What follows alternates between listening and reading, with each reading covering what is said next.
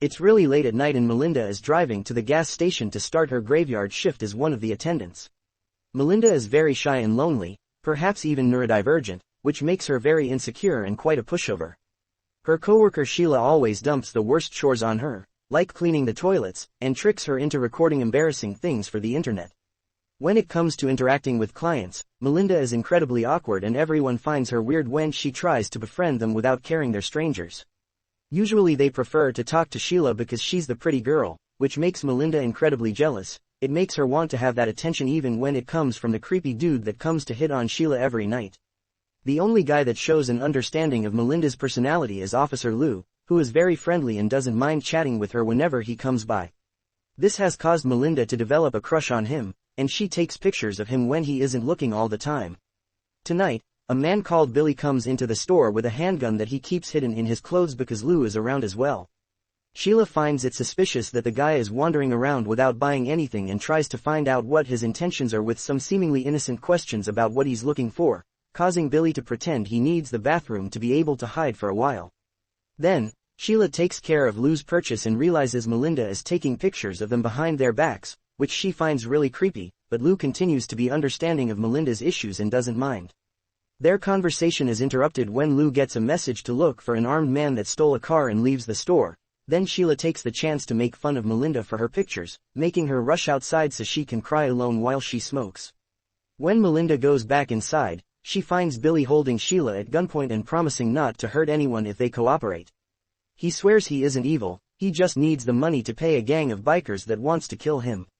Billy won't stop talking and it annoys Sheila, who throws lots of sass back and lies about the safe, explaining only the managers have access to it. Tired of the way she keeps talking to him, Billy shoots a warning shot and makes Sheila fill his bag with the money from the register, and for some reason this impresses Melinda. With an idea in mind, Melinda admits she can open the safe, and when Sheila freaks out, Melinda pretends she's helping because she's afraid of Billy's gun. While Melinda fills the bag with the money from the safe and fixes her hair thinking she may get Billy's attention, a father and daughter enter the store, causing Billy to hide the gun and order Sheila to play along or he'll kill anyone. These clients pay with a credit card, and when they ask for directions to the next town, Sheila uses the ticket to pretend she's writing a little map when in fact she's asking for help.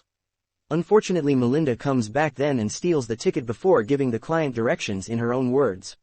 After the clients leave, Billy asks for his bag, but Melinda won't give it to him unless he takes her with him too because she thinks she may be useful. Billy refuses, thinking it's a crazy idea and saying he has no use for her, which hurts Melinda's feelings and makes her cry as she points out he wouldn't have the money without her. Tired of this waiting, Billy pushes Melinda and takes the bag by force, yet when he's about to cross the door Sheila starts insulting him for taking advantage of two helpless girls.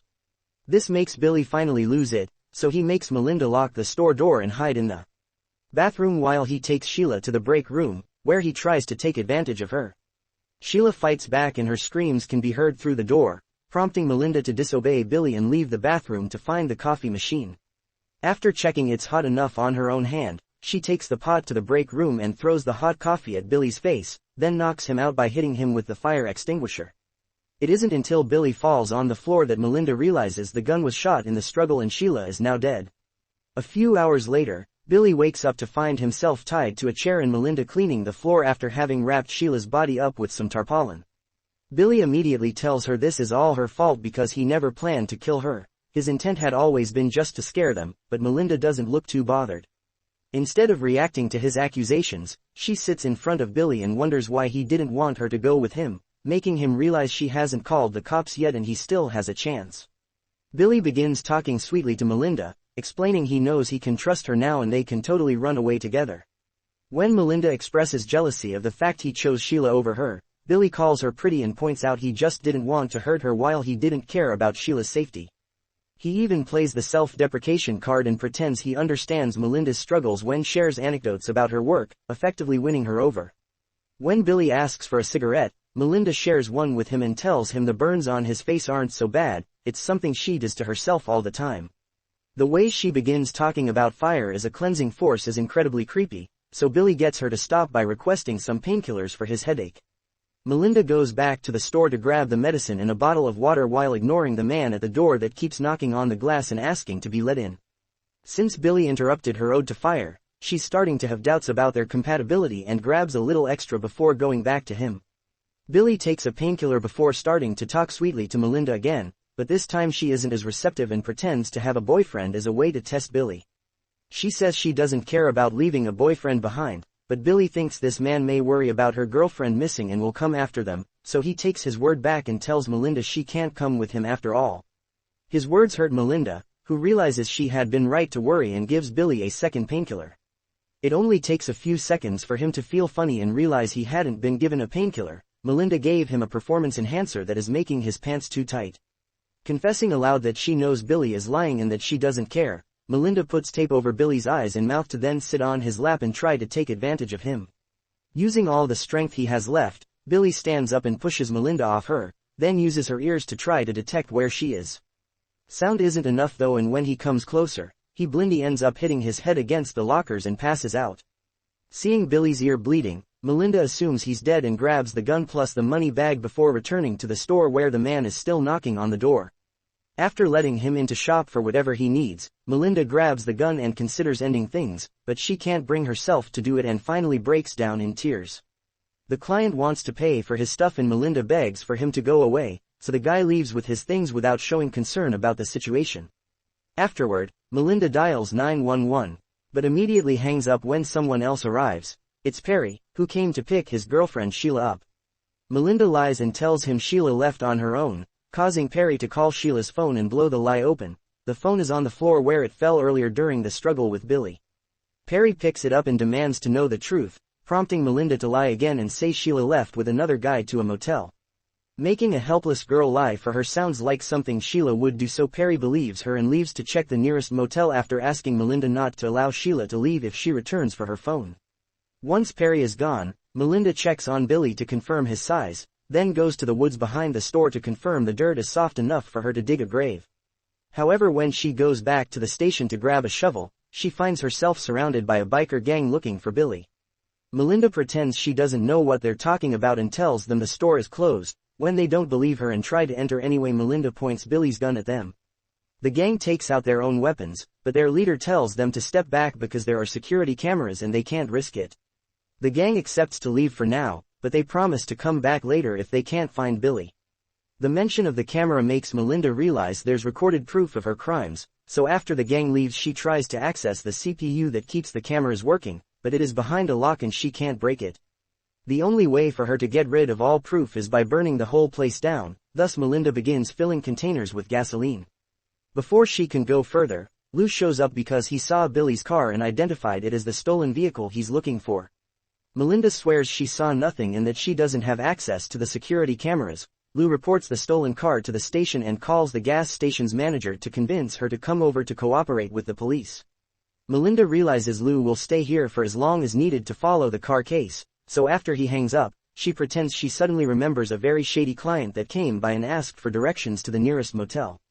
Lou believes her, but before leaving, he needs to do a quick sweep of the store, partly because of protocol and partly because Melinda suspiciously looks too nervous. On the edge of another breakdown, Melinda watches Lou check every room and takes out her gun, ready to shoot him if necessary, but surprisingly Lou finds nothing and leaves after giving Melinda his card. Terrified of the implications, Melinda takes her gun out again and checks the break room, only to find it empty, the only proof of Billy having been there being the cut bindings on the floor. Then she checks the back door, but she still can't see Billy anywhere, so she assumes he's gone for good.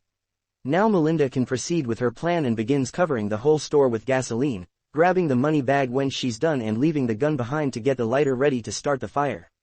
Suddenly the power goes off in the whole building and Melinda rushes to the door to confirm her fears. The power loss has triggered the security lock and now she can't leave.